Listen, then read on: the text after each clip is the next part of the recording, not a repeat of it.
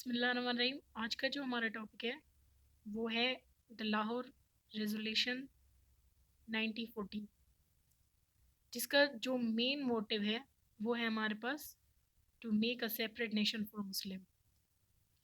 और ये हमारे पास हुआ था 23 मार्च 1940 को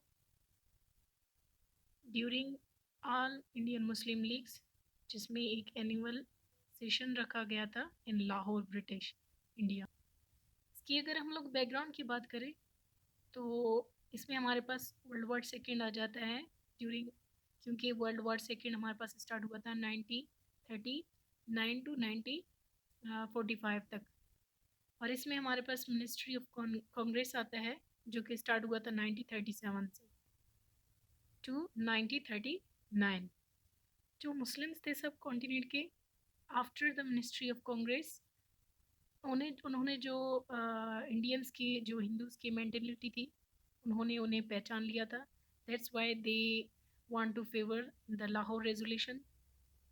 और उन्होंने ये बात डिक्लेयर कर लिया था कि after the Congress ministry that Muslims are unsaved in undivided India.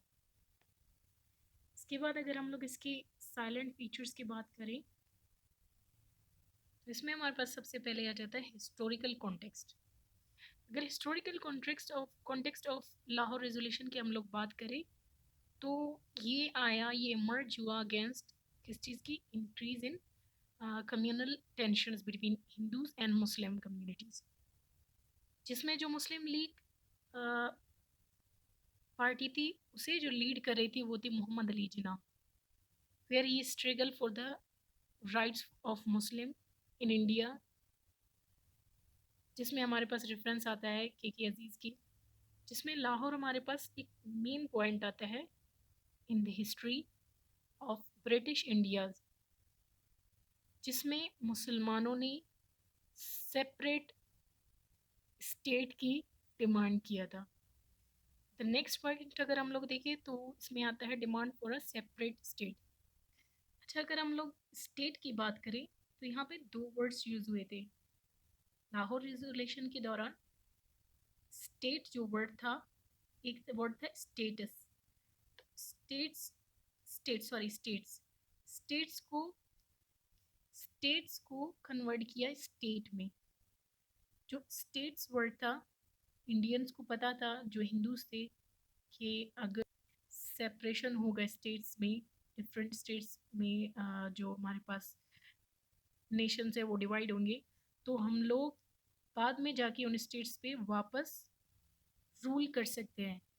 But जो मुस्लिम्स थे उन्होंने स्टेट का डिमांड किया, जिसमें जो हिंदू थे वो इस बात के अगेंस्ट हो गए दैट कि अगर उन्होंने एक स्टेट की डिमांड किया है तो, और स्टेट्स को करेक्ट कब किया, 9 अप्रैल 1946 में। पहले जो वर्ड था वो स्टेट्स यूज़ होता था, फिर इसे रिप्लेस कर दिया गया स्टेट में before 1 year of partition of Pakistan. अच्छा, फिर से हम लोग आ जाते हैं अपने पॉइंट में, जिसमें जो हमारे पास था second point, demand for a separate state. Demand for separate state में हम लोग देख जो लाहौर रेजोल्यूशन था वो इट्स सेल्फ एक डिमांड था। किस चीज़ का डिमांड था? For the creation of independent state for the Muslims of British India, जो कि किन प्रिंसिपल्स पे था? Self determination and constitutional guarantees, जिसमें उन्होंने कहा था जो कि मुस्लिम की जो मेजॉरिटी है वो नॉर्दर्न वेस्ट और ईस्टर्न रीजन में है इंडिया की, तो उनको एक अलहदा स्टेट बनाया जाए for Muslims, where we found the majority of Muslims in that areas, जिसमें उनको फ्रीडम हो to develop their social, cultural and economical lives according to their own aspirations. अगर हम लोग अकबर की बात करें तो उन्होंने क्या रेफरेंस दिया था कि जो लाहौर रेजोल्यूशन है या पाकिस्तान रेजोल्यूशन है वो एक डिमांड है for the creation of an independent state which allowing Muslims to live freely, जिसमें वो सोशल, कल्चरल और इकोनॉमिक लिव्स को प्रमोट करें। इसमें जो हमारे पास थर्ड पॉइंट आता है वो हमारे पास टू नेशन थ्योरी आता है।